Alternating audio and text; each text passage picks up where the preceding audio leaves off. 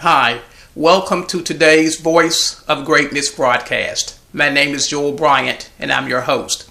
And on today's broadcast, I want to take a few moments and speak with you about something that I call the formation of greatness. Now, one of the purposes of form is we give things form in order to control their force or to direct their force, to make sure that we can control their influence and when their force operates and how it operates. And when we do that, we usually maximize those forces to human benefit and help us to achieve our social, cultural, and personal goals. And so when I talk about the formation of greatness, I have in mind three specific and distinct qualities. And with these qualities, we can direct, control, and influence our actions, our efforts, our outcomes, use our energies and our possibilities in ways that draw us closer to our intentions. And when I think about the first feature in the formation of greatness, I think about, are you flexible? Flexibility. Flexibility is not just knowing how to bend, knowing when to bend. A lot of times we prize and we praise persistence and we praise, that kind of dogged attitude, but there is a point in the formation of greatness that we must know when to bend. Some people call it timing. Some people call it that sixth sense of knowing just what to do at the right time. But really, it's an ability to read your environment correctly, follow your intuition, your experiences, and then make the choice to be flexible. This is not about stopping, but about rearranging, about reconfiguring and reconcluding without abandoning our intentions. And sometimes when we're not flexible, we give up when we should just stop and maybe go on the next day. It is very important that we be flexible with our goals, not giving up on our goals, but sometimes modifying our goals to fit a reality that did not exist when we first started. That is so important. We're in an age of great transformation, and people who are not flexible will not be able to control the forces. They won't be able to influence outcomes. They won't be able to direct their teams and their co-workers and those people that are needed and necessary to help them achieve their goals. So I want you to understand that you must be flexible if you're going to achieve your goals. The second thing is this: are you formidable? That's a very important quality. And most of the time when we hear the term formidable, we think somebody that has an ability to endure, somebody that has great resolve, somebody that is a stalwart, someone that has great intentionality and intensity. But really, to be formidable is to have a quality that discourages opposition. Now, this is not about you causing your competitor not to want to do business with you head on, but it's about you having a degree of preparation, a degree of clarity, a degree of communication, a degree of self-knowledge, a degree of social sensibility that allows you to know when to exert all those forces and those features at the right time. Here again, going back to be flexible. See, if you are stubborn without understanding flexibility, then guess what? You're going to be antagonistic.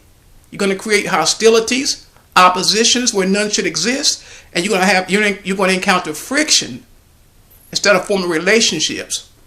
So being formidable is about having a quality that discourages attack or approach. And when I think about being formidable, I think about it from the standpoint of not only just the physical interaction, but our metaphysical components that so many people don't seem to understand. That success is not just physical, it is metaphysical. And sometimes you must develop the quality of being formidable. And how do you do that? You have a strong sense of who you are. You have to be able to look in the mirror and say, you know what? I am the most special person I know. Now, this is not light and airy positive affirmation. This is about recognizing, when I say special, I mean you are specific. See, people who are formidable, they know what they want. They can express it. They can explain it. They can define it. They can defend it. They have the ability to tell you in a few words their mission statement, if you will. And the clearer you are about who you want to be and what you want to achieve, the more formidable you will become. People will experience your force. They will experience your preparation. And guess what? They'll support your efforts. You may say, but Joel, I'm flexible, I'm formidable, and I'm still not getting the support I need. I understand that. But this is not a one-time quality that you say, well, I've done this over a certain period of time, and now the warranty on these things have expired, so now I'm going to go back to adopting and donning a behavior that hasn't worked and won't work in the 21st century. People today who are successful are extremely flexible. Doesn't mean they don't have standards and timelines and deadlines, but they understand the necessity of building some give and take in their relationships, in their business ventures. Really, when you are flexible and formidable, it's almost like having a form of insurance. People know what to expect. It's nothing worse than dealing with people or companies or teams or leaders who don't communicate their expectations. They're vague and vacuous. They're vague and they're vapid, but they want very clear and concrete results. So you must be flexible. You must be formidable. You become formidable by developing your self-knowledge, by appreciating your experiences, by learning from your failures, and by validating your visions, even when nobody else can see it but you. And then the last quality that goes into the formation of greatness is, I want to ask you, are you indefatigable? Let me say that word again very slowly. Are you indefatigable? That means, can you labor past fatigue? What's your tired point? How far can you go before you turn away? I'll say it like this. Have you ever had the feeling that you were toiling in vain? And once you got that feeling, did you continue toiling or did you refrain? See, great people work past their point of fatigue. They understand the distinction between fatigue and pain. Now, you have to address pain and you have to attend to pain, but fatigue, sometimes you must work through. See, if you're not flexible, you won't know how to do that. You'll work through fatigue in a way that causes pain. It'll cost you more money later. So how do you recognize when to work past your fatigue point to where you become indefatigable? That means you're not easily tired, not easily wearied. You do that by setting a goal, by pushing yourself a little bit more each day, by not allowing your past point of being stopped to become your landmark. Let it become a guideline to say, you know what, tomorrow I'm going to work 5 minutes more. I'm going to call on one more customer. I'm going to send one more email. I'm going to write one more letter. I'm going to send one more text. I'm going to post one more picture.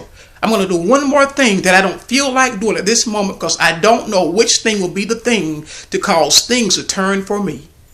And if you do that, guess what?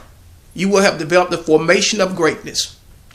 You will have created a formation or a form to develop and to direct the force that will influence other people to support your vision and to serve your mission.